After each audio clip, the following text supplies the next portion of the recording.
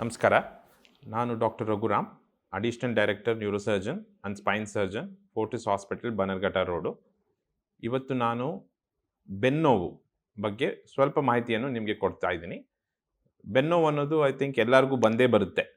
ಯಾರು ಬೆನ್ನೋವಿಂದ ತಪ್ಪಿಸ್ಕೊಳ್ಳೋವಂಥ ಚಾನ್ಸೇ ಇಲ್ಲ. ಯಾರು ಮನುಷ್ಯನಿದ್ನೋ ಅವನಿಗೆ ಬೆನ್ನೋವಂತೂ ಯಾವುದಾದ್ರೂ ಒಂದು ಟೈಮಲ್ಲಿ ಬಂದೇ ಬರುತ್ತೆ. ಸೊ ಅದು ಎಲ್ಲ ಬೆನ್ನೋವಿಗೂ ನೀವು ಹೆದರ್ಕೋಬೇಕಾ, ಇಲ್ಲ ಬೆನ್ನೋವು ಬಂದರೆ ತಕ್ಷಣ ಡಾಕ್ಟರ್ ಹತ್ರ ಹೋಗಬೇಕಾ ಅನ್ನೋ ಒಂದು ಮಾಹಿತಿಯನ್ನು ನಾನು ಫಸ್ಟ್ ನಿಮಗೆ ತಿಳಿಸೋಕ್ಕೆ ಇಷ್ಟಪಡ್ತೀನಿ. ಈಗ ನೀವೇನೋ ಭಾರ ಎತ್ತಿರ್ತೀರಾ, ಅಥವಾ ಏನೋ ತುಂಬ ಕೆಲಸ ಮಾಡಿರ್ತೀರಾ, ಅಥವಾ ತುಂಬ ಟ್ರಾವೆಲಿಂಗ್ ಮಾಡಿರ್ತೀರಾ, ಆವತ್ತು ನಿಮ್ಗೇನಾದರೂ ಬೆನ್ನೋವು ಬಂತು ಅಥವಾ ತುಂಬ ಸಿವಿಯರು ಮಲ್ಕೊಳ್ಳೇಬೇಕು ಅಂತ ಅನ್ನಿಸಿದ್ರೆ ಅದು ಕೆಲವು ಟೈಮು ನಾರ್ಮಲ್ ಇರುತ್ತೆ. ಅಂದರೆ ಸ್ಟ್ರೆಸ್ ಆದಾಗ ಬರುವಂಥ ಬೆನ್ನೋವು. ಈಗ ಇದು ಯೂಶ್ವಲಿ ನಿಮ್ಮ ಮನೇಲೇ ಇರೋ ನಿಮ್ಮ ಅನಾಲ್ಜೆಸಿಕ್ ಅಥವಾ ನೀವೇನು ಔಷಧಿ ತೊಗೋತಿರೋ ಅದನ್ನು ತೊಗೊಂಡು ಕಮ್ಮಿ ಆದರೆ ನೀವೇನು ಹೆದರ್ಕೊಳ್ಳೋದು ಬೇಡ. ನೆಕ್ಸ್ಟ್ ಡೇ ಮಾರ್ನಿಂಗ್ ನಿಮಗೆ ಸರಿಯಾಗೋಯ್ತು ಅಂದರೆ ಅದಕ್ಕೇನು ಮೇಜರ್ ಟ್ರೀಟ್ಮೆಂಟು ಅಥವಾ ಡಾಕ್ಟರ್ ಹತ್ರ ಹೋಗಿ ತೋರಿಸ್ಬೇಕು ಅನ್ನೋ ಅವಶ್ಯಕತೆ ಇಲ್ಲ.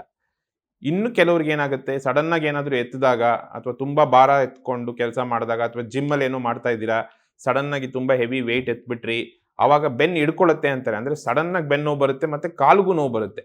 ಈ ಎರಡೂ ನೋವು ಒಟ್ಟಿಗೆ ಬಂದಾಗ ಅದು ನಿಮಗೆ ಒಂಥರ ಡೇಂಜರ್ ಸೈನು. ನೀವು ತಕ್ಷಣ ನಿಮ್ಮ ಹತ್ರ ಇರೋ ಡಾಕ್ಟರ್ಗೆ, ಇದನ್ನು ನಿಮ್ಮ ಫ್ಯಾಮಿಲಿ ಡಾಕ್ಟರ್ ಆಗಿರ್ಬೋದು ಅಥವಾ ನರ ಡಾಕ್ಟರ್ಗೆ ಅಂದರೆ ನ್ಯೂರಾಲಜಿಸ್ಟ್ ಅಥವಾ ನ್ಯೂರೋಸರ್ಜನ್ಗೆ ತೋರಿಸ್ಬೇಕು. ಏಕೆ ಈ ಥರ ಇಂಪಾರ್ಟೆಂಟು ಅಂದರೆ ಈಗ ನಮ್ಮ ನರಗಳು ಮತ್ತು ಸ್ಪೈನಲ್ ಕಾರ್ಡು ತುಂಬ ಕ್ಲೋಸಾಗಿ ಕನೆಕ್ಟ್ ಆಗಿರುತ್ತೆ. ಸೊ ಬೆನ್ನೋವು ಬೆನ್ನು ಮಾತ್ರ ಇಲ್ಲದೆ ಕಾಲಿಗೂ ಬಂದರೆ ನರಗಳ ಮೇಲೆ ಏನಾದರೂ ಒತ್ತಡ ಇದೆಯಾ ಅನ್ನೋದನ್ನು ನಾವು ಚೆಕ್ ಮಾಡಲೇಬೇಕು. ಸೊ ಅದರಿಂದ ನೀವು ಆ ಥರ ನೋವನ್ನು ಯಾವತ್ತೂ ಇಗ್ನೋರ್ ಮಾಡಬಾರ್ದು. ಇಲ್ಲ ಒಂದು ದಿನ ಆಯಿತು ಸರ್ ಕಡಿಮೆ ಆಗುತ್ತೆ ಅಂದ್ಕೊಂಡು ವೆಯ್ಟ್ ಮಾಡಿದೆ ಅಂತ ಹೇಳಿ ಕೆಲವ್ರು ಏನಾಗುತ್ತೆ ತುಂಬ ದಿನ ವೆಯ್ಟ್ ಮಾಡಿಬಿಡ್ತಾರೆ. ತುಂಬ ದಿನ ವೆಯ್ಟ್ ಮಾಡಿದಾಗ ಏನಾಗುತ್ತೆ, ಈ ನರದ ಮೇಲಿರೋ ಒತ್ತಡದಿಂದ ನರದ್ದು ವೀಕ್ನೆಸ್ ಶುರು ಆಗಿಬಿಡುತ್ತೆ. ಅಂದರೆ ಕಾಲು ಸರಿಯಾಗಿ ಮೂವ್ ಮಾಡೋಕ್ಕಾಗಲ್ಲ ಅವ್ರಿಗೆ, ಅಥವಾ ಯೂರಿನ್ ಪಾಸ್ ಮಾಡೋಕ್ಕಾಗಲ್ಲ. ಇಂಥ ತೊಂದರೆಗಳನ್ನು ನಾವು ನೋಡಿದ್ದೀವಿ. ಕೆಲವರು ಬಿದ್ದುಬಿಡ್ತಾರೆ ಮನೆಯಲ್ಲಿ ಜಾರಿ, ಬಿದ್ದಾಗಲೂ ಬೆನ್ನೋವು ಬರೋದು ತುಂಬ ಕಾಮನ್. ಸೊ ಅದನ್ನು ಕೂಡ ನಾವು ಇಗ್ನೋರ್ ಮಾಡಬಾರ್ದು. ಯಾಕಂದರೆ ಎಸ್ಪೆಷಲಿ ವಯಸ್ಸಾದವರು, ಅವ್ರಿಗೆ ಬೋನಲ್ಲಿ ಆಸ್ಟಿಯೋಪೊರೋಸಿಸ್ ಅಂತ ಏನು ಹೇಳ್ತೀವಿ, ಅಂದರೆ ಬೋನ್ ಸಾಫ್ಟ್ ಆಗೋ ಚಾನ್ಸಸ್ಸು ಜಾಸ್ತಿ ಇರುತ್ತೆ. ಅದರಿಂದ ಆ ಥರ ಬಿದ್ದು ಬೆನ್ನೋವು ಬಂದಾಗಲೂ ತಕ್ಷಣ ಬಂದು ಡಾಕ್ಟರ್ನ ಕಾಣಬೇಕು. ಈಗ ಬಂದಾಗ ಇಮಿಡಿಯೇಟ್ಲಿ ನಿಮಗೆ ಸ್ಕ್ಯಾನ್ ಮಾಡಿಸ್ಬಿಡ್ತಾರೆ, ಇಮಿಡಿಯೇಟ್ಲಿ ನಿಮಗೆ ಮುಂದೆ ಆಪ್ರೇಷನ್ ಮಾಡಿಬಿಡ್ತಾರೆ ಅನ್ನೋದು ಖಂಡಿತ ತಪ್ಪು ಅಂತ ಬಿಲೀಫ್ ಅದು. ಎಲ್ಲ ಬೆನ್ನೋವಿಗೂ ಟೆಸ್ಟ್ಗಳು ಅಥವಾ ಆಪ್ರೇಷನ್ನು ಬೇಕಾಗಲ್ಲ.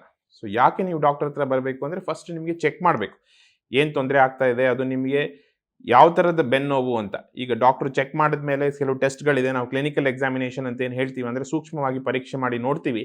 ಅದರಲ್ಲಿ ನಿಮಗೆ ಏನು ಮೇಜರ್ ಡೇಂಜರ್ ಸೈನ್ ಇಲ್ಲ ಅಂದರೆ ನಾವು ಬರೀ ಔಷಧಿ ಅಂದರೆ ಮಸಲ್ ರಿಲ್ಯಾಕ್ಸೆಂಟ್ ಅಥವಾ ಪೇನ್ ಕಿಲ್ಲರ್ ಕೊಟ್ಟು ಮನೆಗೆ ಕಳಿಸ್ತೀವಿ, ಏನು ಟೆಸ್ಟು ಬೇಕಾಗಲ್ಲ.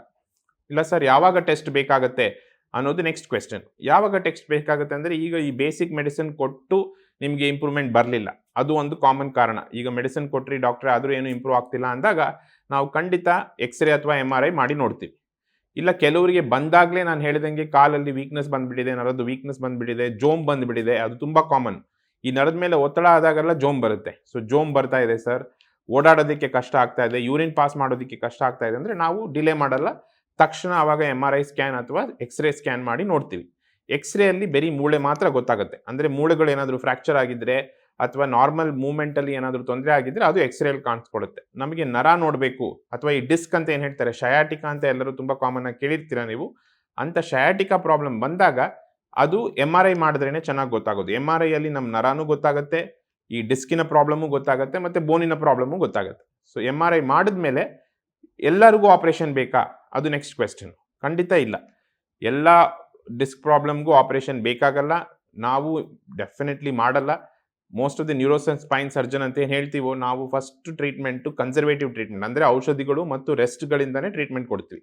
ಸೊ ಅದನ್ನು ಒಂದು ಹೆದರಿಕೆಯನ್ನು ಜನರಲ್ಲಿ ಇರಬಾರ್ದು. ತುಂಬ ಜನಕ್ಕೆ ಏನು ಹೆದರಿಕೆ, ಅಯ್ಯೋ ಇಲ್ಲ ಸ್ಕ್ಯಾನ್ ಮಾಡಿಸ್ಬಿಡ್ತಾರೆ, ಸ್ಕ್ಯಾನಲ್ಲಿ ಏನೋ ತೊಂದರೆ ಕಾಣಿಸುತ್ತೆ, ತೊಂದರೆ ಇದೆ ಅಂತೇಳಿ ಆಪ್ರೇಷನ್ ಮಾಡಿಬಿಡ್ತಾರೆ ಅಂತ. ಖಂಡಿತ ಇಲ್ಲ, ಆ ಥರ ಮಾಡೋಕ್ಕೂ ಹೋಗಬೇಡಿ. ನೀವು ತುಂಬ ಸಿವಿಯರ್ ಆಗಿದ್ದು, ನರದ ಮೇಲೆ ತುಂಬ ಸಿವಿಯರ್ ಆಗಿ ಒತ್ತಡ ಇದ್ದು, ನಿಮಗೆ ಆಲ್ರೆಡಿ ಆ ಸ್ಟೇಜ್ ಕ್ರಾಸ್ ಮಾಡಿದ್ದೀರಾ ಅಂದರೆ ಮಾತ್ರ ನಿಮಗೆ ಆಪ್ರೇಷನ್ ಅಗತ್ಯ ಇದೆ. ಸೊ ಎಲ್ಲರಿಗೂ ಫಸ್ಟ್ ಏನು ಹೇಳ್ತೀವಿ ನಾವು, ಫಸ್ಟು ರೆಸ್ಟು ಮತ್ತು 2 ವೀಲರ್ ಓಡಿಸೋದನ್ನು ಕಮ್ಮಿ ಮಾಡಿ ಅಂತ ಹೇಳ್ತೀವಿ. ನಮಗೆಲ್ಲ ಗೊತ್ತಿರೋ ಹಾಗೆ ಬೆಂಗಳೂರಿನಲ್ಲಿರೋ ರೋಡಿನ ಕಂಡೀಷನ್ ಆಗಿರ್ಬೋದು, ಅಥವಾ ಪಾಟ್ ಹೋಲ್ಸ್ ಇರ್ಬೋದು, ಅಥವಾ ನಮ್ಮ ಬೈಕಿನ ಶಾಕ್ ಅಬ್ಸಾರ್ಬರ್ ಚೆನ್ನಾಗಿಲ್ಲದೆ ಇರೋದ್ರಿಂದ ನಾವು ಖಂಡಿತ 2 ವೀಲರ್ ಅಂತೂ ಬೆನ್ನೋವು ಇರೋರಿಗೆ ಅವಾಯ್ಡ್ ಮಾಡಿ ಅಂತ ಹೇಳ್ತೀವಿ. ಮತ್ತು ಸ್ವಲ್ಪ ದಿನ ತುಂಬ ಸಿವಿಯರ್ ಪೇನ್ ಇದ್ದರೆ ಬೆಡ್ ರೆಸ್ಟ್ ಅಂತೀವಿ. ಬೆಡ್ ರೆಸ್ಟ್ ಅಂದರೆ ಏನು, ಮನೆಯಲ್ಲೇ ಮಲ್ಕೊಂಡಿರಬೇಕು, ಬೇಸಿಕ್ ಆ್ಯಕ್ಟಿವಿಟೀಸ್ ಅಂದರೆ ಬಾತ್ರೂಮ್ ಹೋಗೋದಕ್ಕಾಗಲಿ ಅಥವಾ ಊಟಕ್ಕಾಗಲಿ ಅವ್ರು ಓಡಾಡ್ಬೋದು.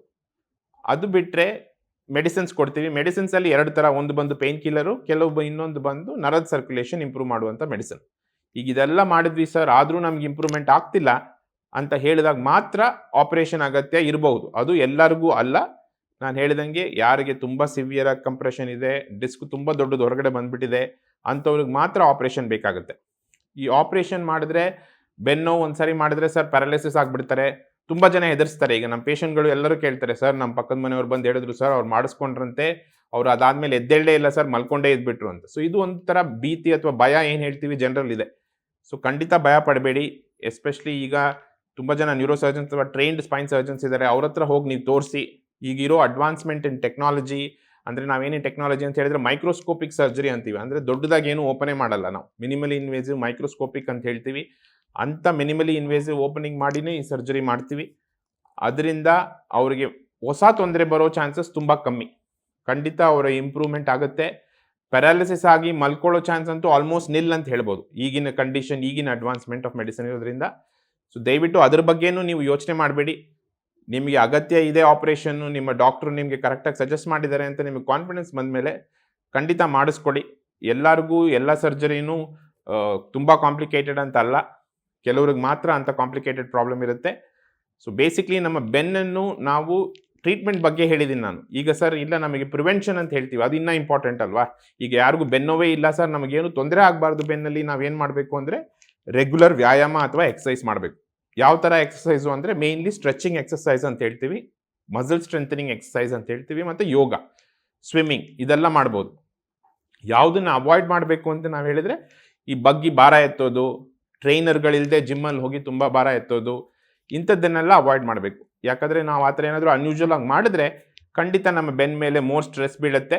ಆವಾಗ ನಮಗೆ ಬೆನ್ನಿನ ತೊಂದರೆ ಶುರುವಾಗೋದು ಚಾನ್ಸಸ್ ಇರುತ್ತೆ. ಹ್ಯಾಬಿಟ್ಸಲ್ಲಿ ಏನಾದರೂ ಚೇಂಜ್ ಮಾಡಬೇಕಾ ಸರ್ ಅಂದರೆ ಖಂಡಿತ ಒಳ್ಳೆ ಫುಡ್ ಹ್ಯಾಬಿಟ್ಸ್ ತುಂಬ ಇಂಪಾರ್ಟೆಂಟು. ತುಂಬ ಡಯಟ್ ಅಂತ ಬೇಸಿಕ್ ಬಾಡಿ ವೆಯ್ಟ್ ಮೇಂಟೈನ್ ಮಾಡಬೇಕು, ಮತ್ತು ಸ್ಮೋಕಿಂಗ್ ಅವಾಯ್ಡ್ ಮಾಡಬೇಕು. ಇದೆರಡೂ ಮಾಡಿದ್ರೆ ಖಂಡಿತ ಬೆನ್ನಿನ ಹೆಲ್ತು ಇಂಪ್ರೂವ್ ಆಗುತ್ತೆ.